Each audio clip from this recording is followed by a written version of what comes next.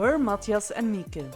With our travel brand, Back to Life, we show you the absolute best experiences in the world. Our in-depth travel videos will help you plan your next trip with ease.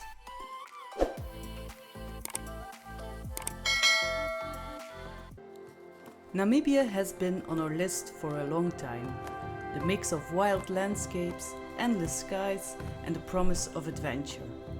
We had high expectations, but landing there and kicking off our trip with Etosha National Park, that set the bar pretty high, right from the start. We spent 3 full days and 4 nights in the park, staying at different campsites and covering a lot of ground, trying to take in as much as we could of this incredible place. In this video, we're going to show you what it's really like to travel through one of Africa's top safari parks, how to do it, what to expect, and of course, the animals, because trust us, there are lots of them. Before heading to Etosha, we had to get a few things sorted. We picked up our rental car in Windhoek, a 4x4 with a rooftop tent. We also did a big grocery run in Windhoek. Matthias is picking up the water and I just did a lot of groceries. I don't expect to see any large supermarkets in the upcoming days, so that's why I bought everything we need. And then we hit the road north toward Etosha. It's about 400 kilometers from Windhoek. At the moment we're driving on a very smooth road. It's all asphalted road, so let's see if it stays like this. It's about a 5 to 6 hour drive, but the roads are good and the landscapes already start giving you that you're really here feeling. Etosha National Park has 4 main entrance gates. We came in through Anderson Gate as this was the most logical entry point if you're coming from Windhoek. Once you're close, you already start to get that safari feeling, spotting the occasional giraffe or springbok just outside the fence. At the gate, you'll need to stop, fill in a form with your car and booking details and show your ID or passport. Paying for the campsites and park fees happens later, at the reception of your first campsite. Etosha has several camps spread out across the park, and in this video we'll take you to 4 of them. They all have their own vibe, location and wildlife viewing opportunities. Our first stop was Okaukuejo Camp, one of the main camps in Etosha and a popular first base for many travelers. When you arrive, you check in at reception, and if you're camping like we were, you actually get to choose your own campsite from what's available. The campsites themselves are basic but solid, but the real highlight of Okaukuejo, the waterhole. It's floodlit at night and just a short walk from the campsites. You can literally sit there and watch animals come and go. Elephants, rhinos, giraffes. This waterhole was the perfect introduction to Etosha. Best apéro ever.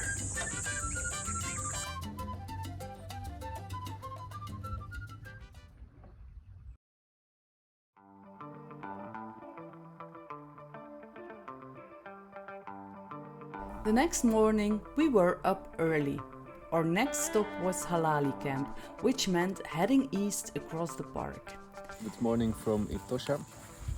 It's now 6 o'clock. We already packed our tent. We had a good night rest. They told us you need to leave very early.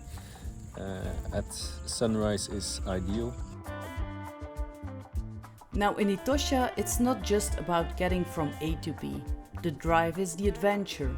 So what is really cool about Etosha is that you have so many waterholes in this park, and at the waterholes normally you have a lot of animals because it's such a dry area, so the animals have to come to get some water to those waterholes. Those are the best places to see animals. We planned a slow day, stopping at as many waterholes as we could and taking a few of the smaller side tracks, always hoping to spot something around the next corner. And honestly, we were lucky, really lucky. Within the first hour, we had already seen so many animals. And that's the magic of Etosha. 1 minute you're driving through what feels like empty bushland, and the next you're surrounded by wildlife.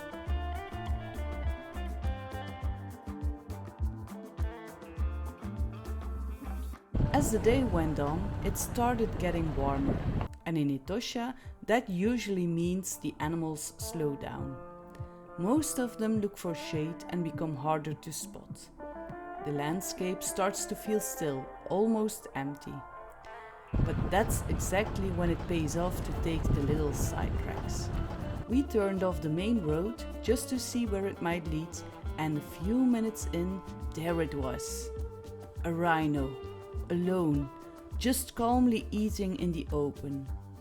For a few minutes, we just sat there quietly, windows down, cameras ready, trying to take it all in. And just when we thought the day couldn't get any better, there they were, lions. They were still far off, lying in the grass, barely moving in the heat. But for us, it was a big moment, our first lion sighting ever. What we didn't know then was that this was just the beginning. In the next few days, we'd see lions again, up close, really close. But for now, we were just two dusty travelers with big grins on our faces heading into Halali camp with a pretty unforgettable day behind us. And then we went to the waterhole of Halali and it even got better.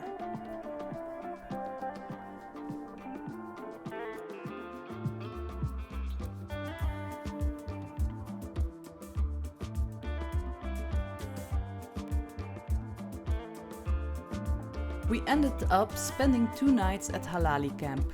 Compared to Okaukuejo, it was a lot quieter, fewer people, more space and the same solid facilities. Just like the other camps, each site has a fire pit and a table, and the bedrooms were clean and reliable.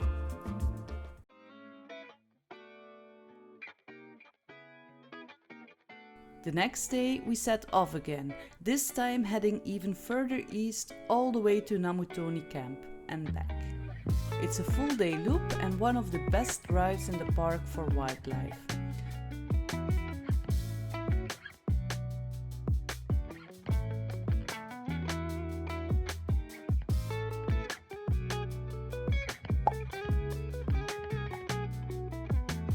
We passed endless salt pans, stopped at more waterholes and kept meeting new animals.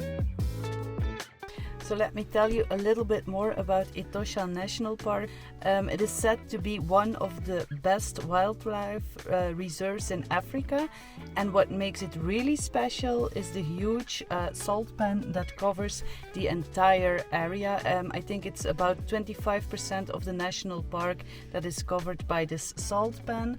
And it's a really strange view because when you drive through it, it's like you're on the beach, but there's no water. In local language, Etosha means great white place, so I guess the salt pan gave its name to the park.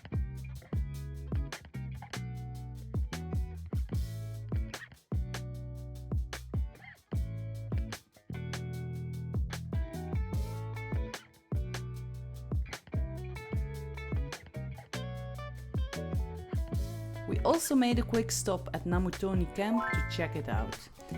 It's built around an old German fort, which gives it a bit of a different look, but to be honest, it wasn't really our favorite.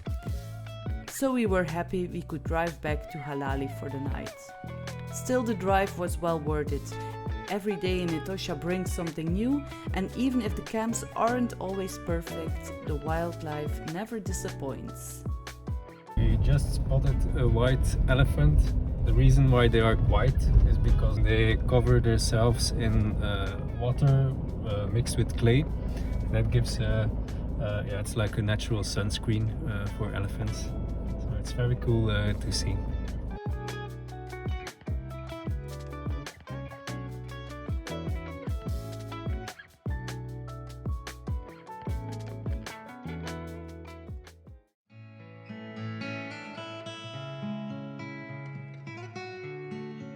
Our previous days in Etosha were amazing, but the best was still to come. On day 3, we packed up early and set off for our longest drive inside the park, all the way west to Olifantsrus camp. We passed back through Okaukuejo, grabbed a last coffee and then hit the road. This part of Etosha feels different. It's wilder, quieter and way less traveled. The landscape changes, the roads get a bit rougher and suddenly it feels like you've got the whole park to yourself. Currently we are in between Okaukuejo and Olifantsrus. We are outside of the car, so in Etosha Park you are not allowed to step out your car unless you're in a designated area. You have a couple of parking lots, but not very much, that are all fenced, which you can see behind me, and they are a very welcome break to stretch the legs, have a coffee or something to drink, because distances in Etosha can be very long. And what made this day even more exciting? The wildlife. We had some of our best sightings of the whole trip on this stretch. Lions right next to the road. At first, we didn't even dare open our windows. They were that close, just lying there, completely unfazed by us, like they owned the place, which, let's be honest, they kind of do. We also stopped at a few waterholes that looked like something straight out of National Geographic. So we're now at the waterhole Ozonyuchi Mbari, and this place is incredible. It's really incredible. There are 10 elephants, there are so many springbok, there are oryx, there are zebras, there are ostrich, and there's even a lion, and he's just walking in between all the animals. I feel like I'm in National Geographic. It's the best thing I've ever seen. By the time we reached Olifantsrus, we were dusty, buzzing and absolutely blown away by the day. This part of the park, it stole the show. Olifantsrus is nothing like the other camps in Etosha, and that's exactly why we loved it so much. It's the only camp in the park that's exclusively for campers. It feels more remote, more wild and way less busy. But the real standout is the waterhole. It's a fully enclosed hide built on stilts with big glass windows overlooking the water. You can sit inside, out of the sun and wind, and just watch.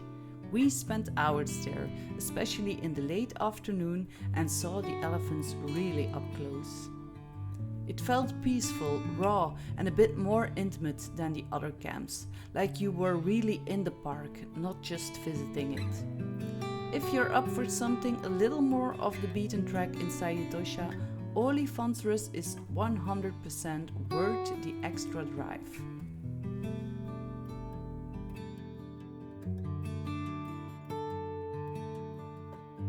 We exited through Galton Gate, on the far west side of the park. Even though we had a long drive ahead to our next destination in Namibia, we couldn't help ourselves. There were still a few waterholes along the way, and of course, we had to stop. You just never know what you might see, and even on that last stretch, Etosha still delivered. So we are at our final waterhole of Etosha. It's still early in the morning, and we just had a wonderful sight of 2 male lions, 2 female lions, and 2 cute lion cubs. Although in the distance it was a really nice end of our time in Etosha. So thank you to all the animals.